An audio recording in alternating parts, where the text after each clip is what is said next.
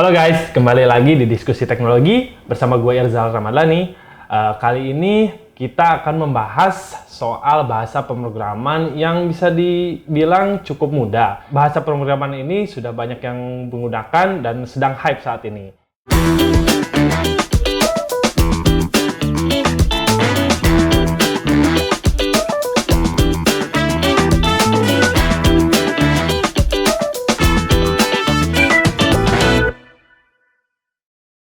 Nah, kebetulan saat ini gue sedang bersama narasumber dan anggota dari komunitas bahasa pemrograman Golang Indonesia dengan Mas Dimas Yuda Prawira. Apa kabar, Mas? Halo, apa kabar? Ya, ini kan kita akan membahas soal Golang ya, Mas. Ya. Mas ini anggota di komunitas Golang Indonesia. Apa yang Mas lakukan di komunitas ini? Komunitas, oke. Kalau di Golang Indonesia sendiri, bantu-bantu lah ya. Bantu-bantu untuk mengelola komunitas di Golang Indonesia itu ada di Telegram. Ya, ada di Telegram. Terus juga ada meetup. Meetup itu kita ada meetup namanya Go Jakarta. Ya, di sana saya bantu untuk mengelola si meetupnya dan Golang Bandung. Gitu. Golang Bandung. Golang Bandung. Mas sendiri dari mana nih? Saya dari Tasik. Dari Tasik, orang Sunda berarti. Betul. Oh ya Mas Dimas, apa sih perbedaan Go language ini dengan bahasa pemrograman lain seperti Java, Python, PHP mungkin? Iya. Oke. Perbedaan bahasa pemrograman Go dengan bahasa pemrograman lain seperti Java, Python, PHP, dan bahasa pemrograman yang lainnya itu yang pertama, Go itu menawarkan simplicity gitu. Jadi bahasa pemrograman Go ini simple. Karena orang yang mau mempelajari bahasa pemrograman Go ini lebih mudah untuk mempelajari. Terus yang kedua, dari pemrograman Go ini sendiri, dia mempunyai concurrent di levelnya SDK. Jadi bahasa pemrograman lain mungkin kalau kita mau pakai concurrency ya gitu itu menggunakan library tambahan. Ya. Kalau di Go itu itu sudah masuk ke dalam fiturnya Go sendiri gitu ya. Nah, itu kenapa dari Go penggunaan seperti service atau high load service gitu ya, load yang tinggi gitu ya, terus proses yang cepat itu lebih baik. Lebih baik. Betul. Berarti Go ini dibuat awalnya oleh orang Google sebagai internal. Iya. Kemudian di open source kan, Iya, Mas ya? betul. Di open source kan. Betul. Ini mulai dari tahun berapa nih Mas di open source? Di rilis pertama itu 2009. 2009. Iya, 2009. Untuk ke publik ya open source ya. Iya. Oke. Ada kaitannya nggak sih Mas si Golang ini sama bahasa C? Ya. Ya, jadi kaitannya dengan bahasa C karena Golang itu sendiri dia secara sintak itu mirip dengan bahasa C. Mirip. Iya, jadi kalau kita bisa lihat di bahasa Go itu kita bisa membuat satu aplikasi dalam satu file. Itu itu mirip-mirip dengan C. Gitu ya. Jadi cara kerjanya lah sama. Oke. Itu kan ngomongin kelebihan. Kekurangannya ada nggak sih? Nah, kekurangannya, kekurangannya berdasarkan dari beberapa opini pengguna Go itu terlalu verbosity. Misalnya seperti ini ya. Di bahasa Go itu kan kita membuat satu fungsi. Nah, di fungsi itu ada balikan. Pertama ada sukses dan gagal atau lebih dikenal dengan error ya. Gitu, ada error, ada return value-nya. Nah, di Go ini sendiri ketika error itu harus di-handle. Nah, di-handle itu kadang misalnya kita harus pengecekan setiap kita manggil fungsi, dicek lagi ada error, enggak, errornya kosong atau enggak, karena error itu sebagai value, dicek kalau misalnya nggak ada error berarti itu sukses. Nanti ketika manggil fungsi lagi, dicek lagi ada error, jadi terlalu banyak error gitu. Kalau misalnya di bahasa pemrograman lain, itu mungkin kita kenal dengan try catch, itu ketika kita manggil satu fungsi, di try, dicoba, ketika ada error itu langsung didapat exception-nya kayak gitu. Kalau di Go ya udah. Jadi kita harus cek satu-satu manual, satu-satu error, if error nil. Nah, itu mungkin bisa dibilang salah satu concern sih ya. Salah satu concern. Terus yang keduanya adalah di Go ini karena tipikalnya masih open source. Jadi beberapa library dari teman-teman itu sering kesulitan. Kesulitan dalam artian kita menentukan ini library-nya apakah bagus atau enggak.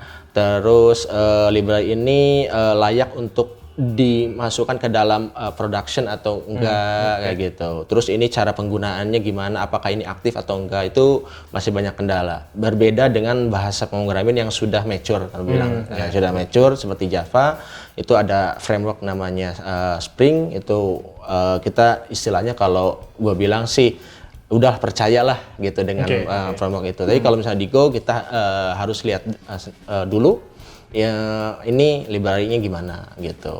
Oke, itu kekurangannya ya. Betul. Nah, misalnya nih, gua kan sebagai orang awam ingin mulai belajar bahasa pemrograman. Itu bisa nggak sih belajarnya diawali dari Go gitu? Bisa. Justru ada beberapa kampus yang menggunakan Go sebagai bahasa pengantar. Kalau misalnya dulu kita pakainya C gitu ya, C++, sekarang bisa diganti dengan Go. Tuh. Karena memang simple. Iya, itu dari simple, iya Go. Dan karena sekarang industri sudah bisa atau sudah mengadopsi Go ini sendiri, maka itu suatu hal yang bagus sebenarnya gitu. Kalau misalnya langsung dimulai dengan Go, daripada kita mulai dengan misalkan C atau bahasa pemrograman lain yang nanti kita harus belajar lagi gitu. Oke, jadi memang kurva belajarnya memang dari dulu gitu. Iya, dari awal sampai yang paling sulit nantinya gitu. Oke, Mas tadi bilang Go ini digunakan untuk aplikasi atau program-program yang kecil. Itu kan bisa disebut microservices ya. Kenapa nih Mas, Go lebih bagus untuk aplikasi microservices? Ya, karena pertama tadi Go itu didesain secara ringkas, simple, dan yang utama adalah kalau Go itu sendiri kita bikin bicara tentang microservice, berarti kita bicara tentang server ya, server satu aplikasi yang dia isolated, dia berjalan sendiri, dia mengelola layanan yang sifatnya spesifik.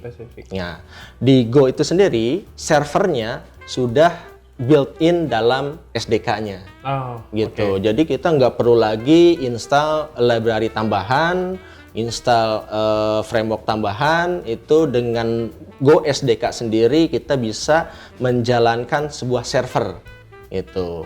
Kalau misalnya yang bahasa pemrograman dulu ada namanya kayak application server. Nanti kita bikin aplikasinya dan di-deploy di application server tersebut. Nah, di Go sendiri itu server dan aplikasinya itu kita bisa bikin dalam mungkin sekitar 15 baris aja.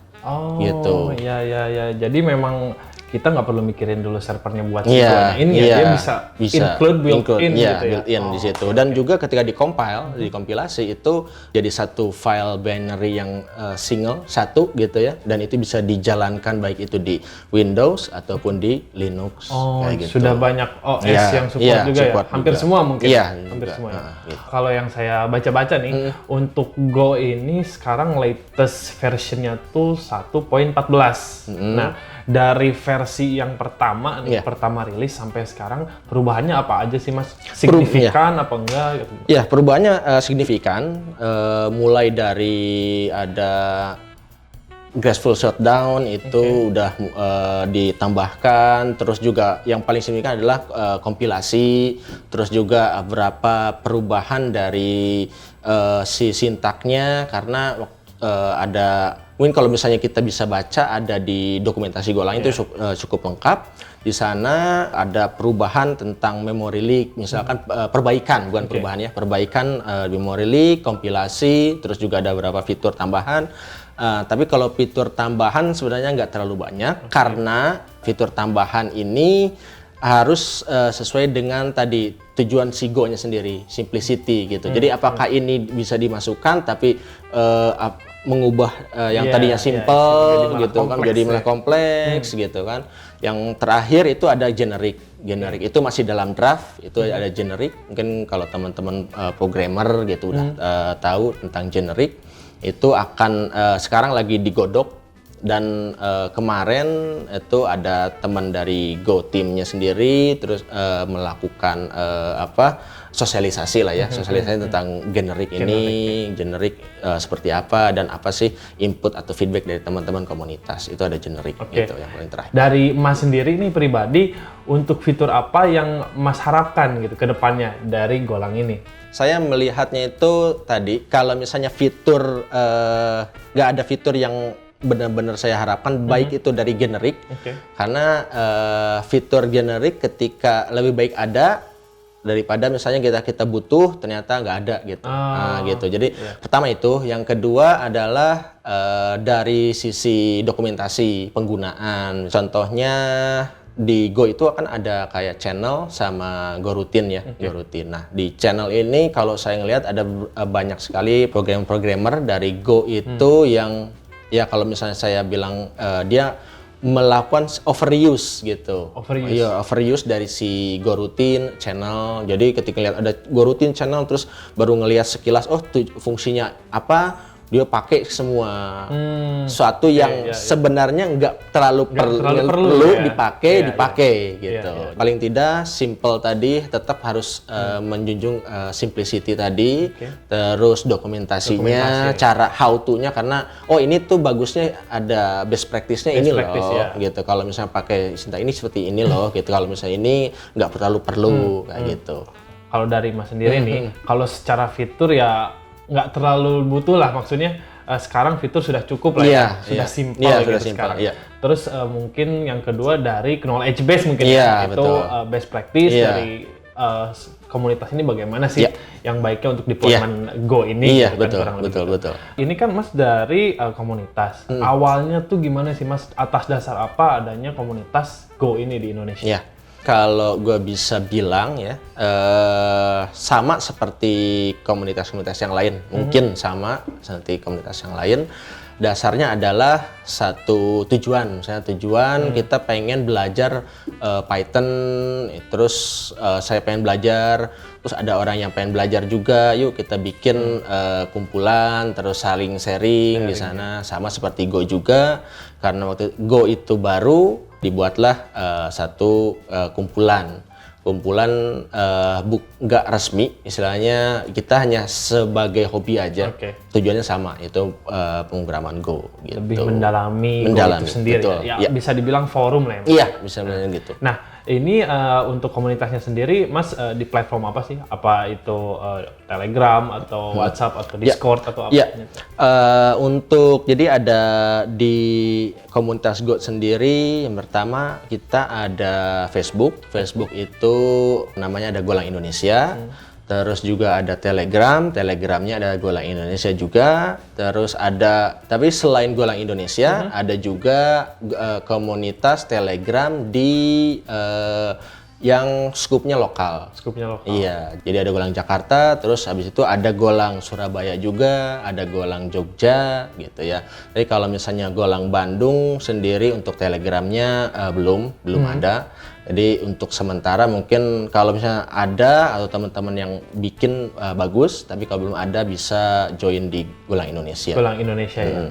Nanti mungkin teman-teman apabila ingin ikut join itu free nggak Mas? Public for public public. Nanti kita akan sertakan linknya untuk join komunitas baik itu Telegram ataupun Facebook ya. Untuk kegiatan nih Mas, biasanya di komunitas ini ngapain aja sih gitu? Ya, kalau Telegram seperti biasa itu kita ada sharing aja ya. Ada misalnya ada teman-teman yang dia punya informasi, baik itu informasi pekerjaan, lowongan pekerjaan, atau informasi tentang meetup, itu disilahkan diposting di grup. Terus kalau misalnya ada juga biasa teman-teman programmer itu ada kesulitan, itu diposting di grup, nanti teman-teman yang lain akan mencoba membantu gitu.